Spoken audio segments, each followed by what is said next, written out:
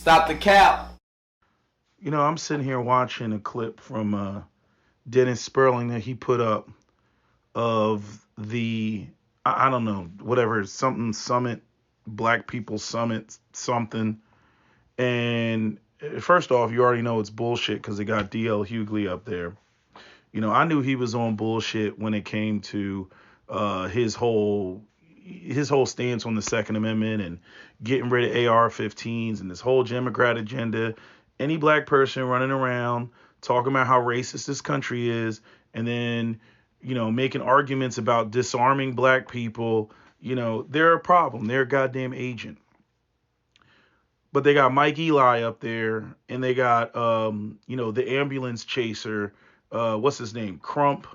The Breonna Taylor lawyer. The oh my God, is there a black person that got killed by the police? I gotta go run down there. Mr. Marblemouth can't even talk. He's I hate, y'all know I hate attacking black Southerners, but it's always I don't know. There's just a population of black people that seemingly come from the South. They sound dumb. I don't know what that is when it comes to country people, but they sound dumb. I don't get it. It's just there's like no, they're not articulate when they speak. They don't enunciate the words. I don't know what it is. It's a pet peeve of mine. Whole different conversation. Okay. So they got Mike Eli up there, and they're up there talking about, there's a segment of black men, and they don't want to vote for Kamala Harris because sex. And now Mike Eli did say he feels like it's a very small population. I'm like, this is not what this is about. You know what I'm saying? Even if it wasn't Kamala Harris, black people, black men in particular, have been sick and tired of the Democrats over the last decade. Why? Because, for one, our needs have been ignored. Okay? All this stuff about, oh, you don't want to vote for her because she's a woman, but yet where has the attack been when it comes to basically being a male in this country? Has the attack been on women, or has the attack been on men? Here, I'll make it even more clear. What do you hear more of on a daily basis? Toxic masculinity or toxic femininity? Toxic femininity, people that that's so foreign, people don't even think it's a thing. The attacks have been on men, whether it's the toxic masculinity arguments, the hashtag Me Too, right? Then you got the whole, black people. We're doing our own thing behind the scenes, but talking about all the community and the economics, which is, the responsibility of the men in the community. Then we got to fight with our women about, who should be in the driver's seat, even though all of the burden of the responsibility is going to fall on us, right? And then when we say, hey, we need tools, we need capital, we need training, right? We need things specific to us.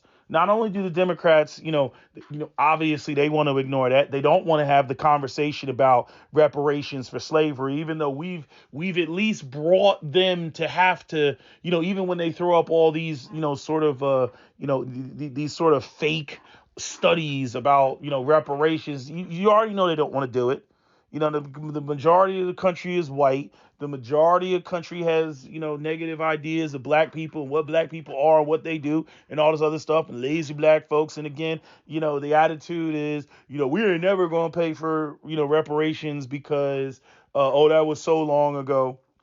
Or we ain't never going to support reparations because, it's never the time, right? When the economy is good, it's never the time. When the economy is bad, it most certainly is never the time because, we ain't got no money, right? Even though we can throw billions of dollars at Ukraine, we can throw billions of dollars at just an infinite amount of dollars at Israel. We can throw billions of dollars, at, potentially, all the bases around the world. Like, do you have any idea how much it costs to fucking fund all those military bases around the world that are reinforced by the whole military industrial complex?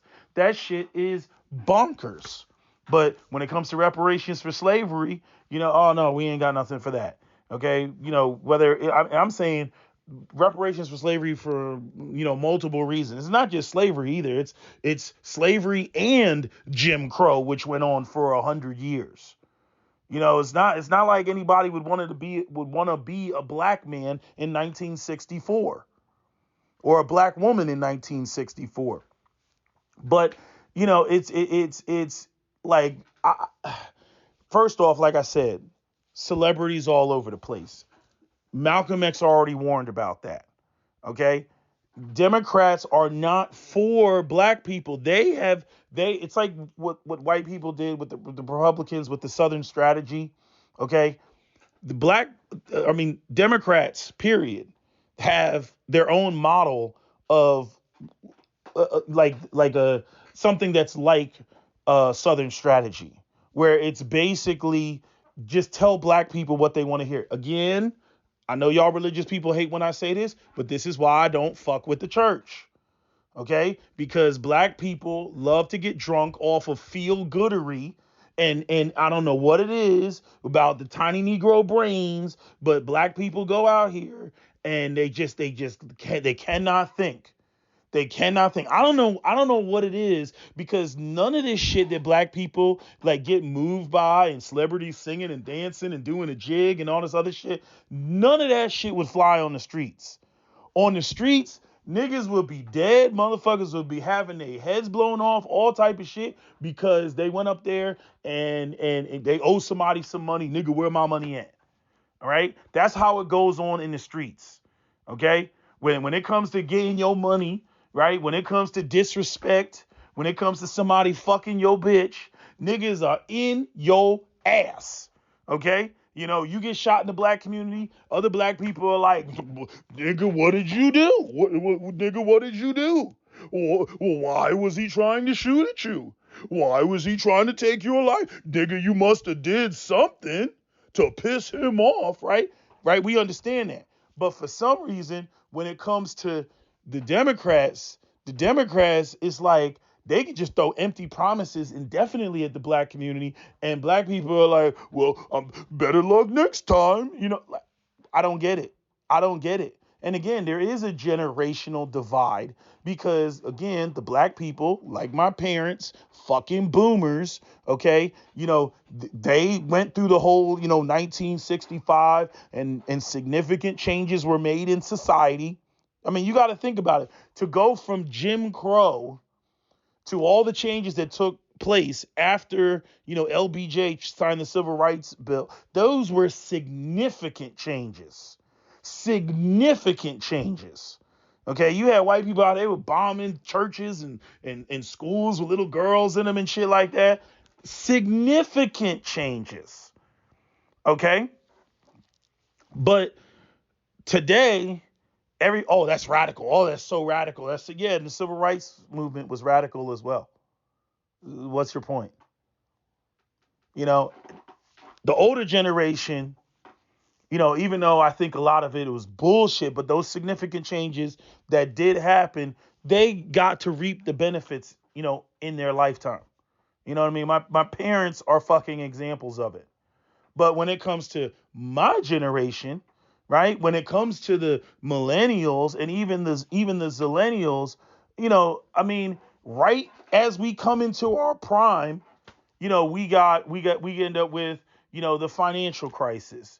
You know what I mean? After 9/11, we've got 9/11, the financial crisis, fucking, then COVID. You know what I mean? It's like, when the fuck does it stop? It seems like our childhood, you know what I mean? At least I can raise my hand and say our childhood was awesome. You know what I mean? But the adulthood, it's like everything that you planned, all the shit that you wanted to, it just all goes to shit. It just all goes to shit. You know what I mean? That house that you were sitting there like, yeah, man, I'm gonna get that house. That house is $500,000. Man, I'm gonna be in that house. That same house, 1.4 million, something crazy, 700, 800. You know what I mean? I was like, it was just 500 a minute ago. You know what I mean? You know what I mean? Like that was like the dream. And I'm saying, yeah, 500 is definitely high. Don't get it twisted. It's higher than what the average is right now at 430. But I'm saying when that was the dream, and now the house that is 500, you sitting there looking at that shit like that's 500, like that, like again, the video clip that I showed with that house in Compton, California, that was $629,000. Are you smoking crack? A 2-bedroom home in California. Now I know California is a little bit extreme, but I'm like, that's what we're talking about. Shit like that, which that is one of the things that affects everybody. Bringing the housing prices down is a rising tide lifts all boats. It's not sustainable. I don't care what anybody says. The way the housing is, the whole idea you buy a house in 1960 for $7,000, and then by the 1990s it's $300,000, and then by 2024 that same house is 600,000-700,000. Like, get the fuck out of here. You know what I mean? And if people are not understanding that, like, this is going to affect your children, your children's children, your children's children, all that shit, to make future generations permanent renters and shit, and living in like the Megatropolis One in the Judge Dredd universe. Okay, like this is a dystopian future that we are headed towards. On top of the whole this whole AI, the concepts and ideas of work and what hard work is and how you even measure that now.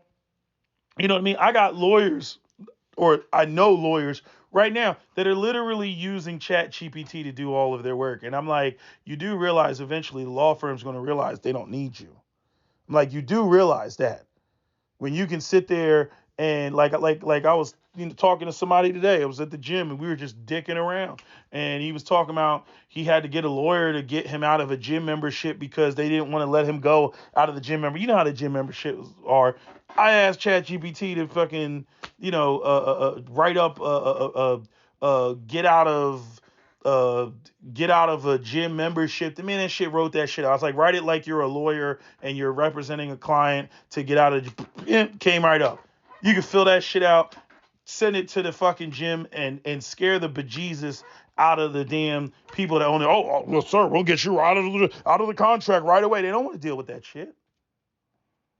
So again, the world is changing. But to get back on topic about Kamala Harris, I mean, like the gaslighting, the black people are sick and tired. We sat around and we watched the whole focus. I don't know how all these people cut the line. We watched all the focus on LGBTQ, Latinos coming across the border from Latin and South America, Afghanis, coming into the country, Syrian refugees, right? And the Asian community. I mean, everybody has been put before African Americans, and African Americans, the foundation of this country were built off of the blood and the suffering of African Americans. And African Americans are the most loyal group to the Democratic Party, but yet we come dead last. Nah, bottom line, the Democrat Party is like a bitch that you have to break up with. Like when somebody cheats on you, you have to leave them. Because if you don't leave them, then they continue to think that they can just keep cheating on you. You have to leave the person that's cheating on you. Because if you take them back, they're going to just keep on doing it because, hey, you're going to take me back. You ain't going to leave. Where you going to go? You ain't going to leave. Your self-esteem is too low. Right? That's what they're going to keep doing. So I do not understand what black people I don't understand what black people don't understand about this. But then again, you got these black people that are simple-minded and they like to focus on the damn celebrities and shit. So we end up being, in this situation. I mean, you got to look at it for what it is. All this stuff, the summit, everything, they were paid to do that. All that, the lights, the cameras, setting all that stuff up, they were paid to do that. And it's like, oh, you going to pay for that, but when it comes to the stuff that the actual black community needs. Like they're only here until they get their vote, and then once they get the vote, they're out there. They're just buying time until the next election. Every election, they've been telling us, oh, democracy is on. That's not our fucking problem. That's not our problem. Let the white people deal with that. It's a majority white nation any goddamn way. If they want to have democracy fold, us being 13% of the population, fuck are we going to do about that? Don't put that shit on our shoulders. If white people in America want to implode this motherfucker, that's on them. And when it comes to us, I suggest we start looking at living in countries abroad, or I suggest you stock up on your rifles and ammunition when for shit to get stupid and it's about to look like the road out in this motherfucker. You know what I'm saying? If you never seen the movie The Road, you know what I mean, or seen the movie The Purge.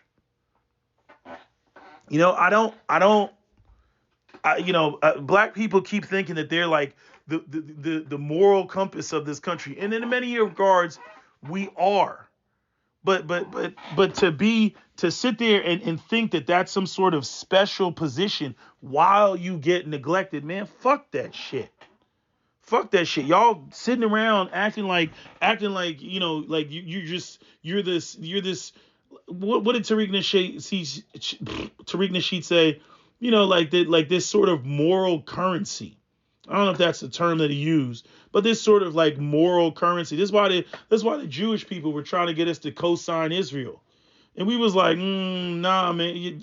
Again, personally, I'm like, you're occupying them. So, and then again, we already know about the history, King David Hotel, Goldsmiths Club, the Sergeant's Affair. Look all this shit up. It's right there. It's all over the internet. Haifa, 1947, Jaffa, 1947. Come on, man. We know, and, like you should have taken half of Germany, plain and simple. But, they tried to get us to co-sign the shit because, African Americans, we had slavery and we know what justice and injustice is and isn't, right? And so they try to get us to co-sign the shit. But I'm like, no. You gonna just fucking bomb them into oblivion all the way to Rafah? I'm like, no. You're occupying them. They did what they did.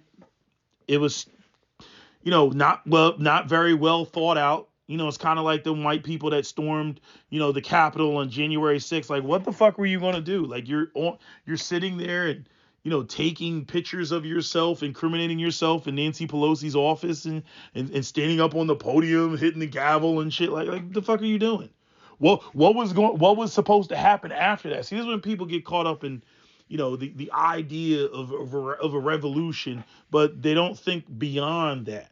They don't think about okay, let's just say you're side one. Okay, what happens after that? Like, what is the day-to-day mundane operations after you have the revolution? Revolutions, oh yeah, they're exciting and they're cool and, everything looks like a bright future, but eventually you will get old and eventually you will not be old enough to fight. And eventually you will have to, go the fuck on with your life and get married and have kids and raise those kids and everything. It's not going to be the revolution forever, every day.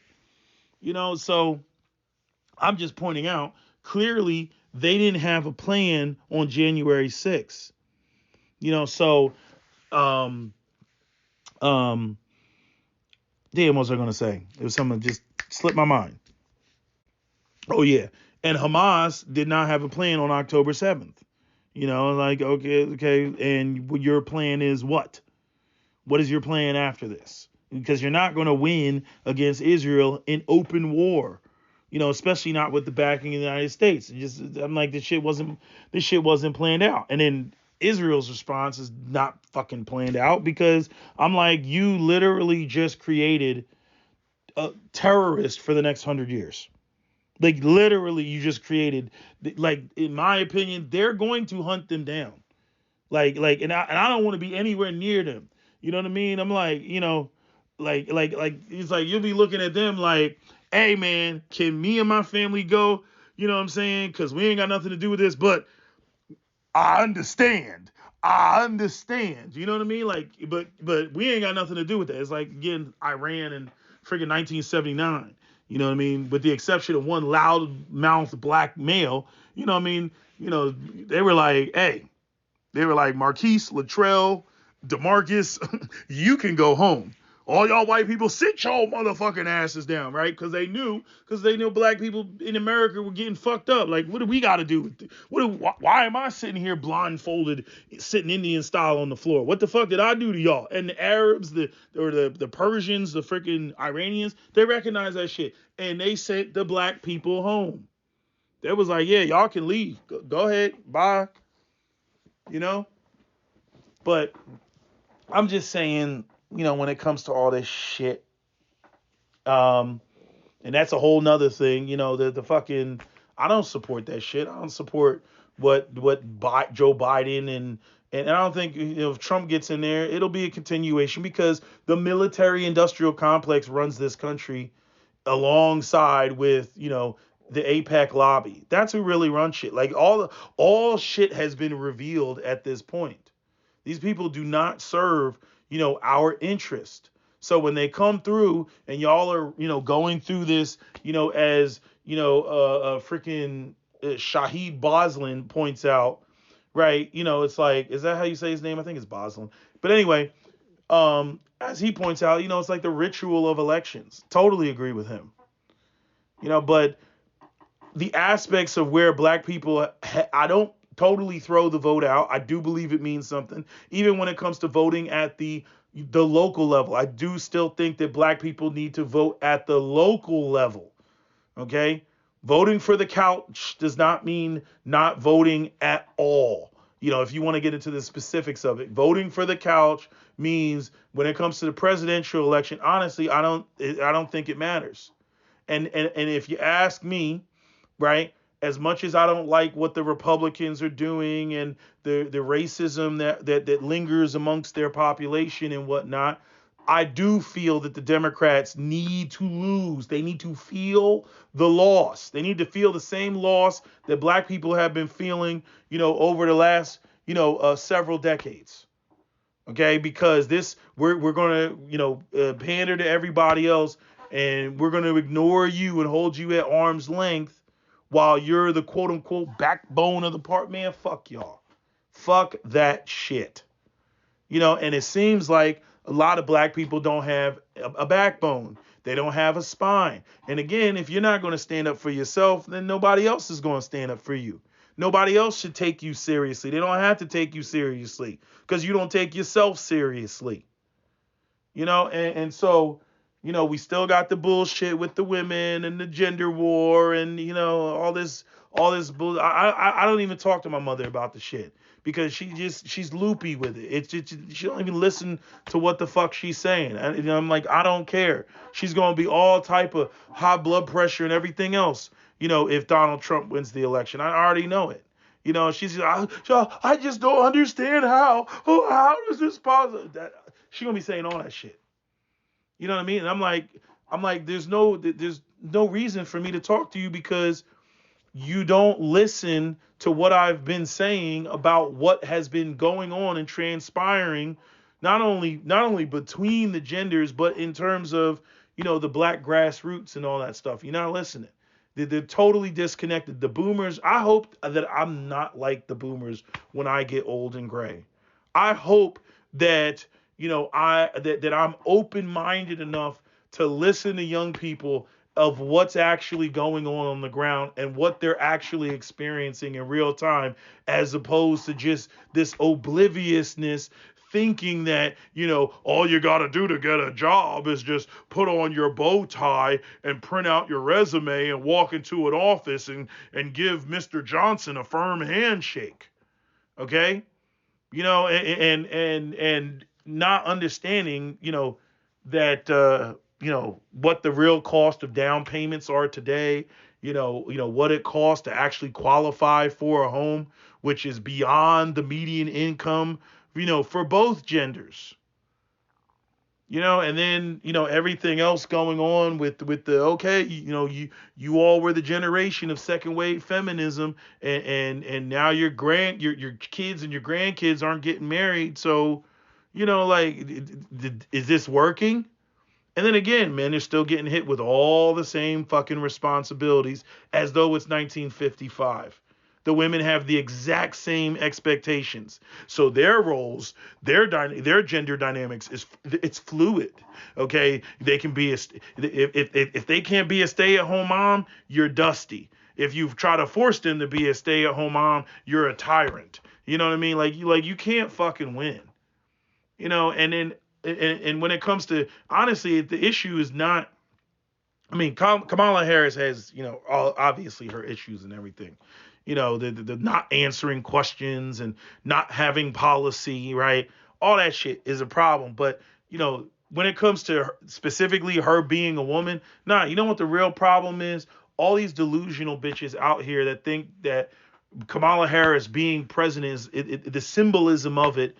It means, yes, triple, quadruple down on the fucking matriarchy that hasn't been working, especially in the black community.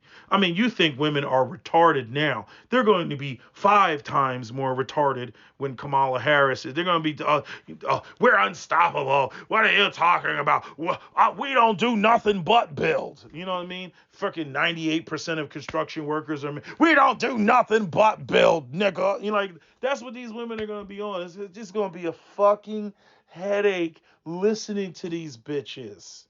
You know what I mean? And again, they're all into the symbolism. I get it, because as men, we kind of felt the same way about biracial Obama. I get it, and that's another whole issue where you got so the only people who qualify to become president of the United States that one's not even black, but because they're beige enough or racially ambiguous enough, are a bunch of tethers. That's literally the bunch of high yellow fucking tethers. And they get to represent black people. Hold on, get to represent black people and don't even fuck with black people like that. That's the crazy part. And black people out here just, oh yeah, see, this is why we needed to reorganize the race. This is why the race needs to be reorganized. Y'all wanted to fight me and push back. You know what I mean? Because we got colorist dudes out here that want to fuck themselves a light-skinned bitch. You know what I mean? But this is what happens when you don't reorganize the race. This is what happens. Okay, I seen this shit in the Caribbean. You see this shit in the islands. Whole island of dark-skinned people. Guess who's the motherfucking politicians and the presidents in the fucking islands, right? Even though, like, Barbados got a black woman, obviously dark-skinned black woman. But I'm saying, when you go to the islands and you're like looking around, you got all these Indians and Asians that run all the businesses and shit, and then you got these freaking mixed race politicians and whatnot. Somebody got a white grandfather or something like that, and they're the ones that are the politicians. Like, all the black people look up to them. It's disgusting. It's disgusting. You know what I mean? And man, don't even get me started on how much they love them some white Jesus. I mean, they love white Jesus. The self-hate is real in the Caribbean. It is real. Cake, soap, all that shit. It is real. Hair issues abound. It is real. Okay?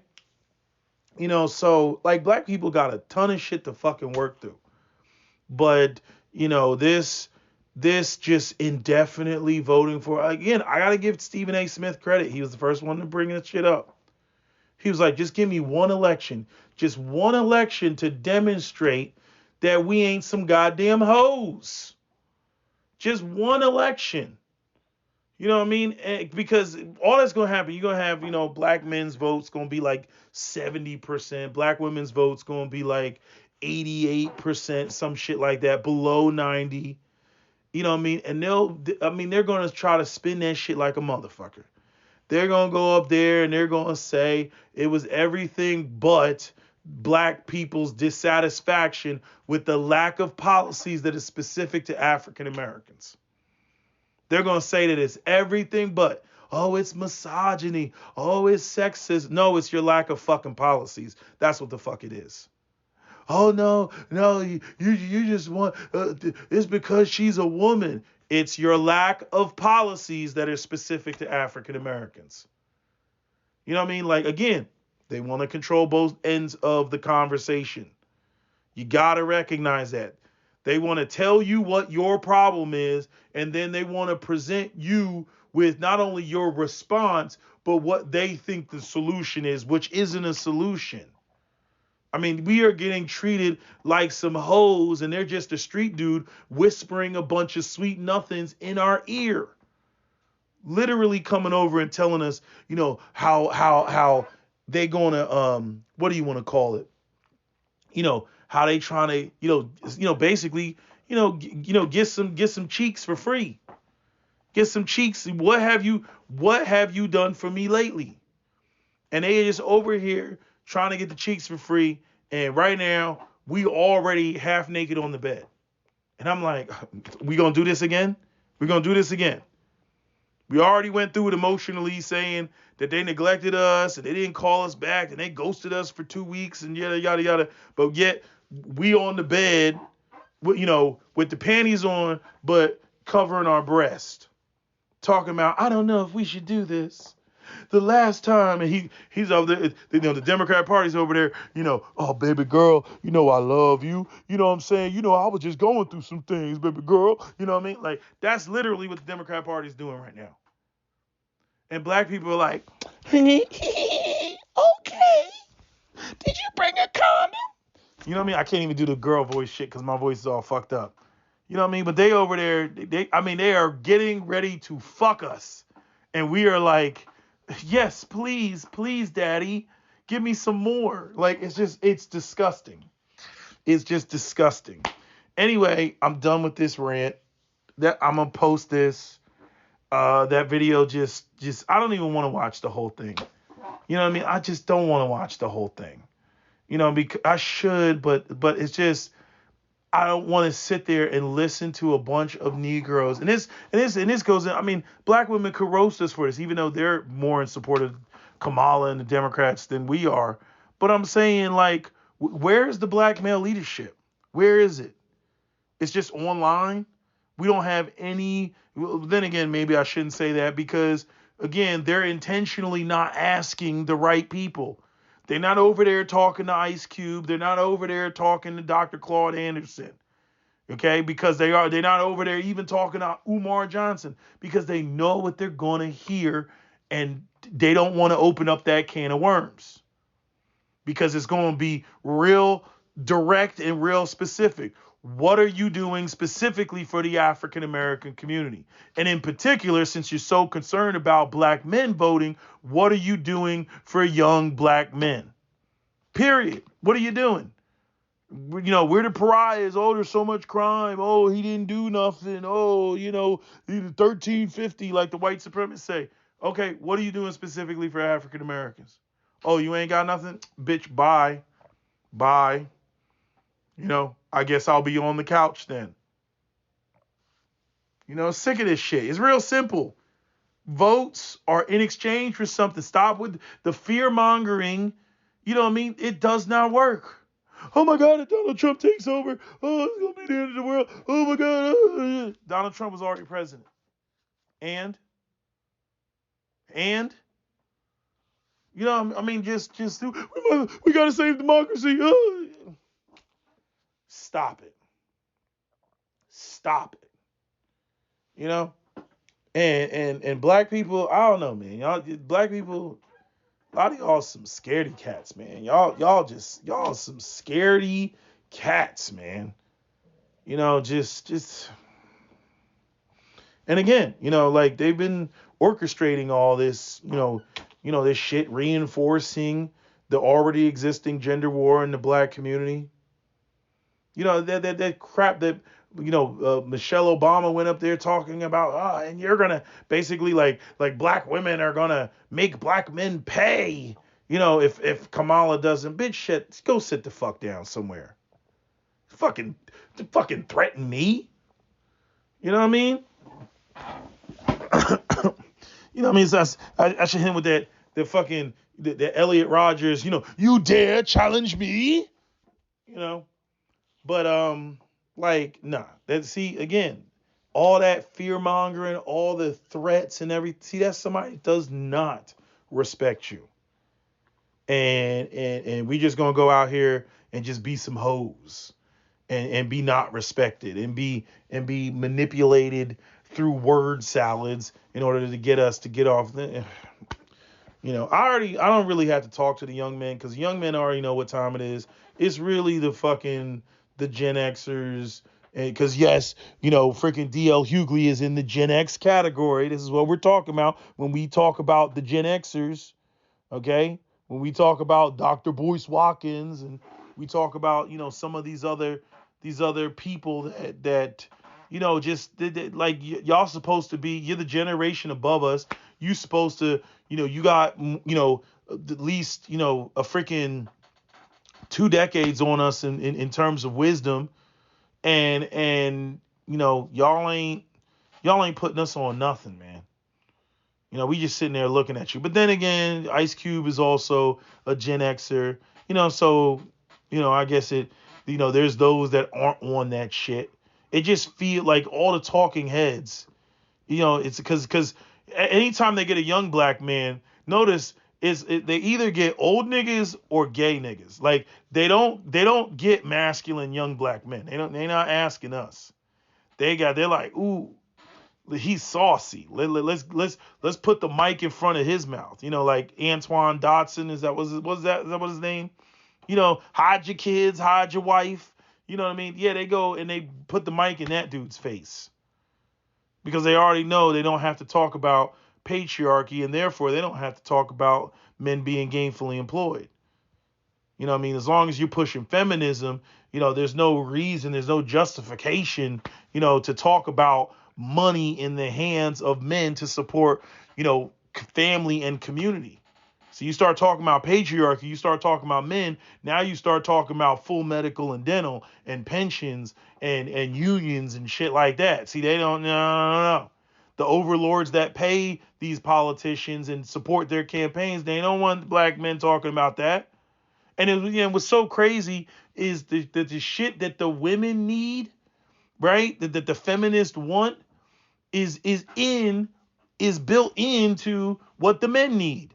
You know what I mean? There's no women can't join our union. There's been women in unions. Women need unions just like men need unions when it comes to women being in the workforce. You know what I mean? But y'all up there, y'all falling for symbolism. I want to see a woman in leadership. I want to see a woman in the leadership position. And don't get it twisted. The whole idea of DEI and having the workforce be more reflective, of the demographic of the workforce, it's not just about the symbolism of putting somebody up there. It should also incorporate, all those aspects of, gainful employment, protections for workers, all that shit.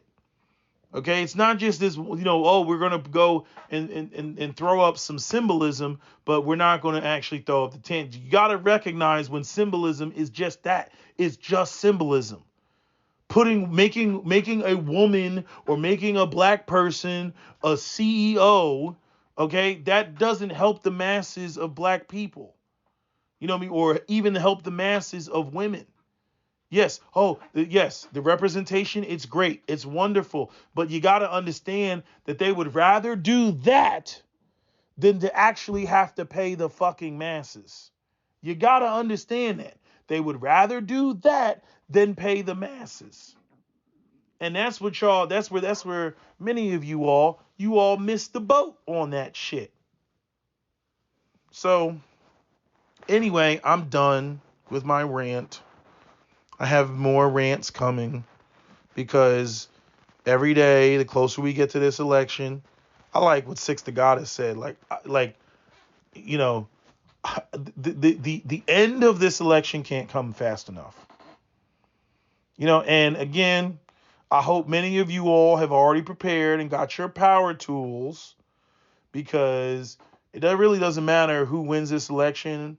But if Donald Trump doesn't win this election, you already know white people going to be on that bullshit.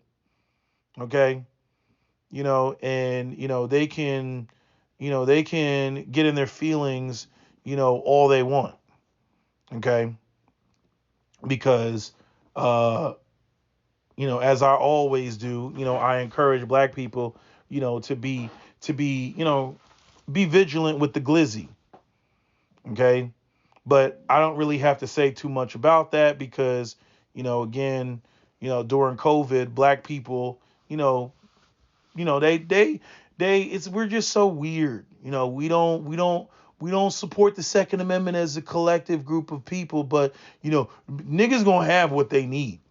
They don't give a fuck about what the law is. They gonna have what the fuck they need. So, you know, I wish we were more supportive of it. I wish we were more organized of it. I wish we had more political sway when it comes to, like, you ain't gonna have us out here with nothing but our ass.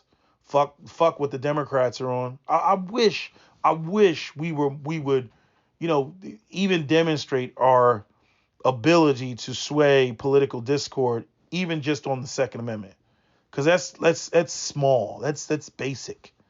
You know what I'm saying? Like, there's even white people who would co-sign us, with that. I don't like blacks having guns, but however, I do support you all having the defending the right of the Constitution. They get on that shit. It's just like the how uncomfortable they were with Grandmaster Jay.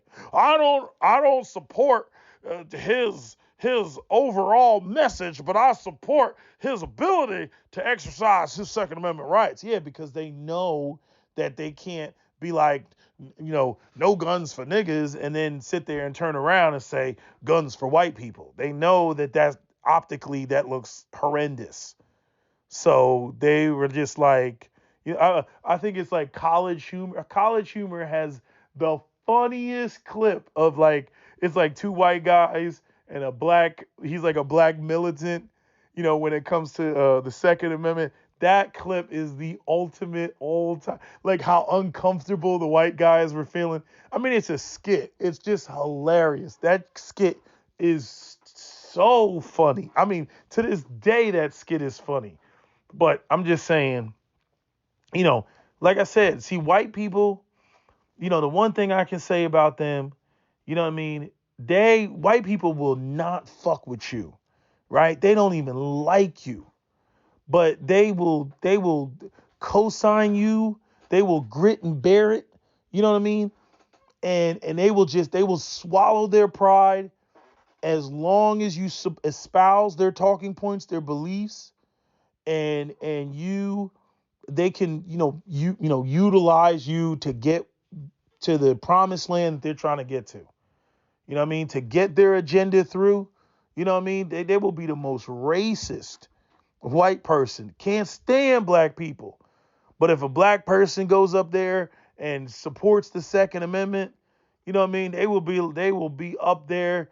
They will put money. They will put ducats in your bucket. I mean, you can't argue against it. I mean, they support that shit because they care about results. Black people care about, freaking symbolism and shit. No, Donald Trump, you have to tell us that you love us before we vote for you. Like, that's black people. No, you must tell us that you love us before we vote for you. That black people. White people, I don't like black people, but as long as that nigga's up there supporting the Second Amendment, I support him. That's white people, not us. We get all emotional. You know what I mean? I need you to say Juneteenth. Say it 3 times and click your heels. I need you to say Soul Glow. And I need you to clap your hands 3 times and tell black people you love them. What does that have to do with the fucking tea in China?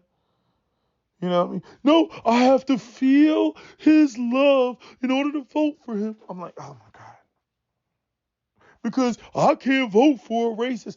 I don't give a fuck if he's racist. If I don't care if the president of the United States got on a podium and was wearing the fucking grand wizard, grand dragon fucking uniform and was and simultaneously was signing the fucking reparations for African Americans. You know, I would not care what he's wearing up there. I don't care if he's got a "I don't like black people" T-shirt as he's signing the freaking reparations bill. I care about the results. I don't care about the optics and the symbolism. Black people have to get off this symbolic bullshit. You know, like black people just running around. And you don't even say it in like a masculine way. You all don't run out there, kneel before Zod. Right? You don't even do it like that. You know what I mean? Like, you must bendeth thy knee before we know. Y'all be over there like, please, please, pretty please, please tell us that you like hip hop music so I can vote for you. It's just so cringe. But anyway, I'm done. I'm done with my rant. 45 minutes. I'm good. That's my video, SWPal. Don't forget to comment, share, like, and subscribe.